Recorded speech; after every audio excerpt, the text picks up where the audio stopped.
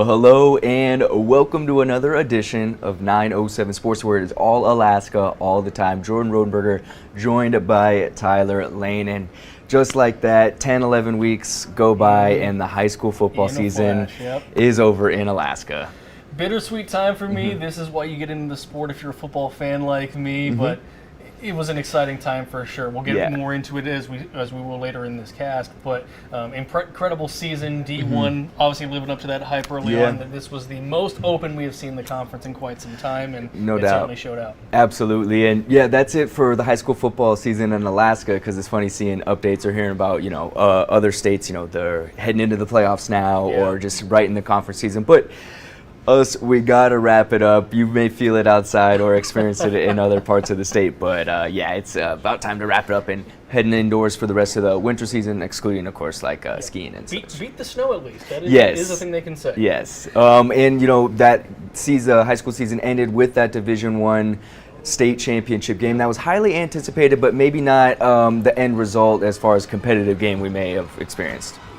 When we go back to, and this is what I think about the most, go back to the start of the season for those that didn't see it. South Anchorage had a scrimmage against Palmer football at the time, right, when the season started. At that moment, we were thinking, is Palmer really good or is South not good? Palmer had their way with them throughout that scrimmage, and we thought, which storyline are we really going to see? Turns out only one of them was true, because Palmer turned out pretty good this season, and then South Anchorage, just from the whole progression throughout this year, really showed out. That close game against West, double overtime the first time against Bartlett, all the way now to the state championship, or outside of that fumble from Deuce you just saw, South Anchorage just dominated the entire way. No, and it was touch and go in the first. It was 10-3 at halftime, so a one-score game, and it was even a two-possession game after 3 quarters. Bartlett threw at it, but it was really that fourth quarter where they broke it open. Austin French had that punt return to kind of start things going, but South didn't score their first offensive touchdown until much later in the game, and had all 3 facets really going in this one for sure. Talk about Ethan Yarrington as well in this one. Those 3 touchdowns that he had been dominant all season long. Who else to really turn it off on there in the second half? 3 touchdowns, over 100 yards rushing. Just a huge day for him, and really, like I said, what a better way for this season to go than in the most open the Cook Inlet Conference has been. The team that stresses, we are the underdogs. We may not have the biggest kids, but we have the toughest kids. This lineup in South Anchorage epitomizes that, and they believed that to the very end. Our expectations are always high like that, but I did not expect it to be like that. No, I thought it was going to be a great battle, but it was in the end, but we overcame it. Our offense drove through. We've all sat and talked about how, so-and-so left and so-and-so left, and they shouldn't be here, right? We were here, and not just that, we scored 37 points at that time was the best defense.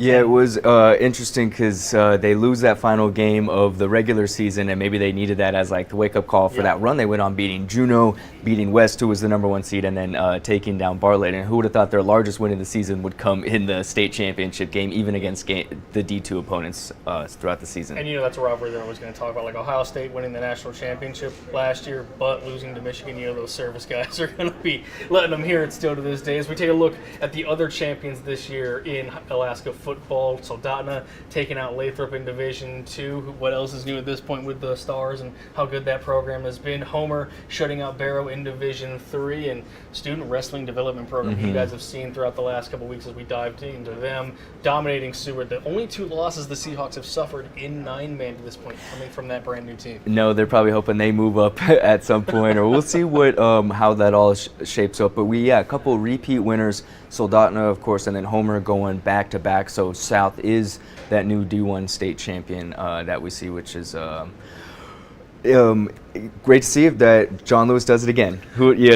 Most definitely. He's done it 4 times now at this point. That brief intermission where he was gone, they won another one as well. But just think about, since this program started in 2004, all those state championships that he's brought to this team, being a part of that many, it's truly incredible. Yes, and that kind of puts the bed of fall sports, putting a bow on that as we head into the winter sports. And that, of course, will include dog mushing as well. And the Iditarod, kind of getting their season going with the Hall of Fame inducting their first inaugural class. We had 6 inductees.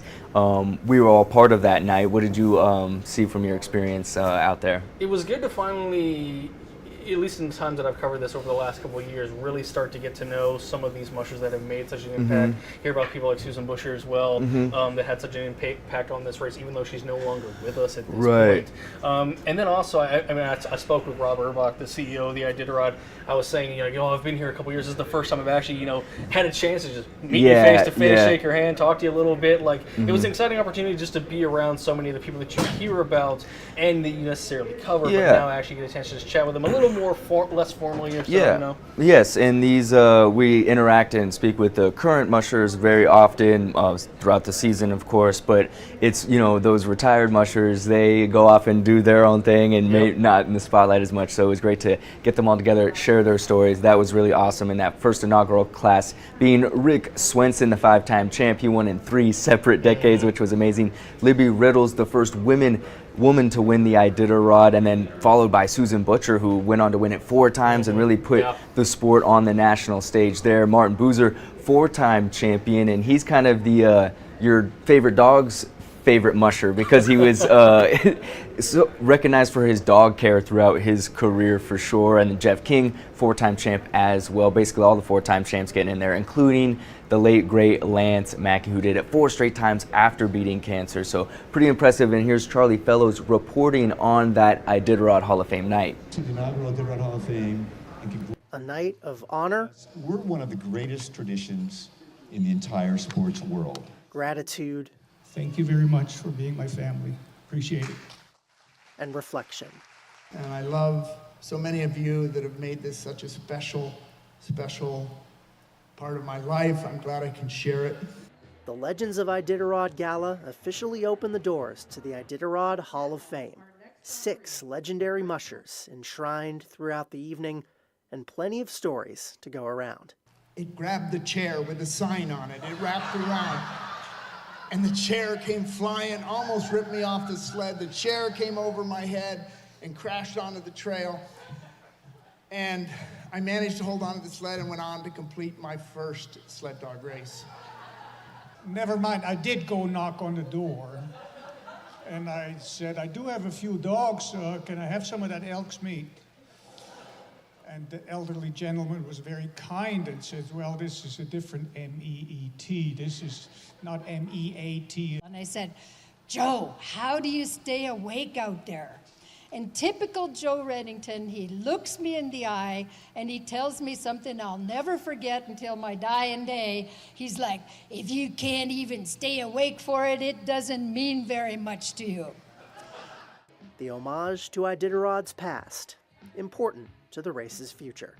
Let's celebrate the legends who have made the Iditarod what it is, and for those who will ensure it will continue for generations to come. Welcome to the inaugural Iditarod Hall of Fame, and congratulations to all of tonight's inductees. Charlie Fellows, Alaska's news source.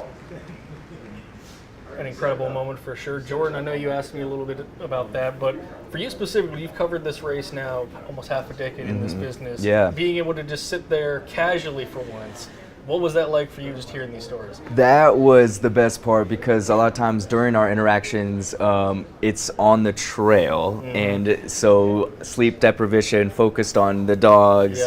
That's our interactions with mushers, life on the trail. They may give us a few moments, which we always appreciate, but the actual time to sit down and hang out, tell stories, that was really cool. And seeing us outside of our full winter gears and such, and just get to celebrate those that came before and can keep this sport going, because that's the first inaugural class, so hopefully there'll be more in the future and a lot more mushers to recognize. Some of those we're covering right now will one day be in the Iditarod Hall of Fame, which is pretty cool to think about, and that we can say we'd be a part of. Yeah, always a little nicer. I always think like the first Iditarod I did a couple years ago, and it's McGrath. We're trying to catch one of the last couple mushers that were coming in, I think, for the night, and I remember going out, I'm like, it'll be quick, I'll grab the camera, I'll be done very fast. I threw my hoodie on to go outside, it's snowing, it gets a little bit colder. Yeah. He's dealing with his dogs. It's taking a little longer. Yeah. I'm just sitting there, huddled up, just like, oh God, I'm gonna be out here in a Yeah. minute. So. No, it's funny, like, people talk about what we're doing, like, oh, you've done the Iditarod how many times? It's like, well, I wouldn't say I did the Iditarod. Yeah. Like, you've been on parts of the trail, but it's nothing compared to that. Explored it, So yeah. shout out to them, and there'll be, of course, a lot more of that as we approach mushing season. But for now, that is going to do it for 907 Sports. We appreciate you tuning in, and we'll catch you next time.